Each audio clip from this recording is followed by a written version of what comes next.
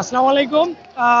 32 ধানমন্ডি 32-এর আজকের হলো এই ফ্যাসিবাদের যে স্তম্ভ সেটা পতনের পর এই 32-এর নারকেল আমি প্রথম খাইছি এবং আজকে 32-এর নারকেল প্রথম খাইছি। এটা আহ, একসাথে যেমন মানে এটা আসলে ঘৃণার বহিঃপ্রকাশ। যে এই যে স্বতঃস্ফূর্ত অংশগ্রহণ জনগণের সাধারণ ছাত্র জনতা এই 15-16 বছরে যে শেখ হাসিনা যা কর্ম করছে তার বহিঃপ্রকাশ হলো এই যে ঘৃণা, এই যে ধানমন্ডি 32-এর যে ধ্বংস, এটা হলো এই 15-16 বছরের বহিঃপ্রকাশ।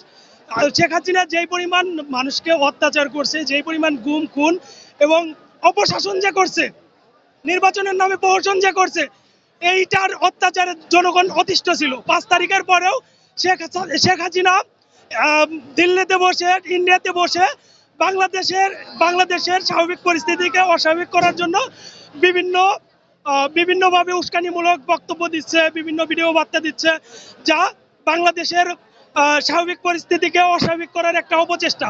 শেখ হাসিনার অস্তিত্ব আমরা বাংলাদেশে চাই না, মুজিববাদের অস্তিত্ব আর চাই না। আমরা চাই মুজিববাদ এবং আহ, মুজিববাদ এবং আওয়ামী লীগের রাজনীতি বাংলাদেশ থেকে নিষিদ্ধ হোক।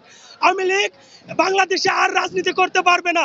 আওয়ামী লীগকে নিষিদ্ধ করা হোক এবং আওয়ামী লীগের দোসর এবং আওয়ামী লীগের নেতাকর্মীদের বিচারের আওতায় এনে তাদেরকে সর্বোচ্চ শাস্তি, ফাঁসির ব্যবস্থা করা হোক।